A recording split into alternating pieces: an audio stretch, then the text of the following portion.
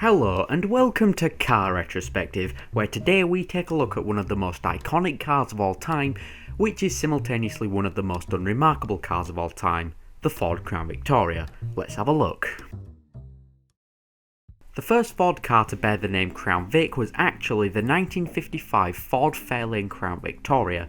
This first version of the Crown Vic was pretty much the car you'd expect from the 1950s, but the Crown Vic you likely recognise from your taxi trip through the Big Apple actually began years later in 1980. The Ford LTD was first released in 1966, but updated versions were introduced over the next decade, and in 1980 a brand new variation was unveiled, the Ford LTD Crown Victoria. This was to be the luxury version of the LTD, although early into its production it was planned to be replaced by the Ford Taurus.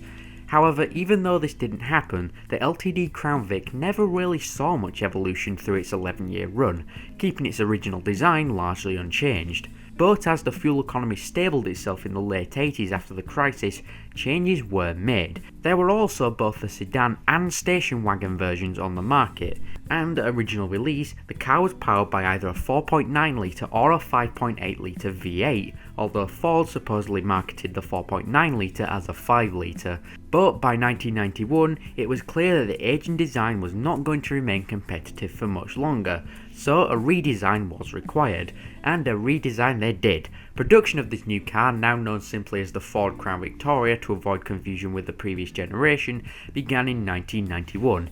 It was now fitted with a 4.6 litre V8, able to produce 210 brake horsepower with rear-wheel drive.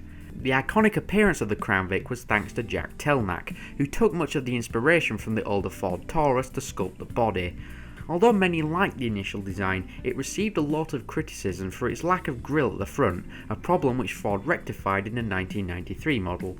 In December of 1997, however, the second generation of the Crown Vic was released. To make the exterior more appealing, Ford took many of the parts and styling from the Mercury Grand Marquis. The modified engine could now output 223 brake horsepower, and significant steering, suspension and chassis modifications were performed for the 2003 model. Although the Ford Crown Victoria was a well-built car, it did see some problems. For example, faulty intake manifolds on certain models from 1996 until 2001, but the bigger problem was the fuel tank. Because Crown Vics were heavily used by the police, more on that later, they were exposed to very dangerous situations, for example being used as a roadblock or taking part in a high-speed chase.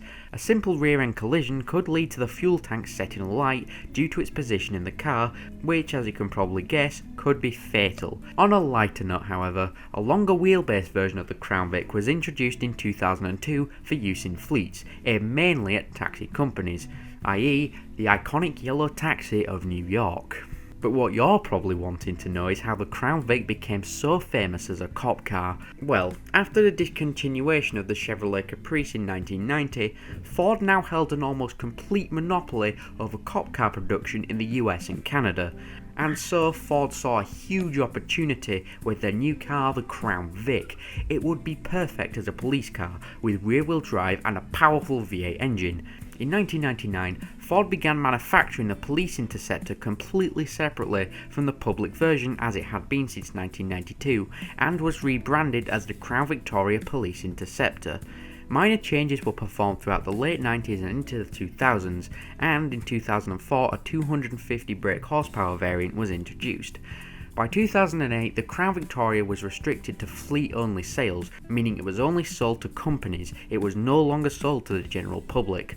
Although the car saw much success both as a regular car and a cop car, the final Crown Vic rolled off the assembly line on September 15, 2011. Although police interceptors weren't able to be purchased by the general public, second-hand versions were put on the market after they were dismissed from the police force. And there it is, the Ford Crown Victoria. Although it's seen many variants and costumes over the years, under all that is a nitty gritty, basic, bare-boned American car. But I love it. Just not when I see its flashing lights in the wing mirror.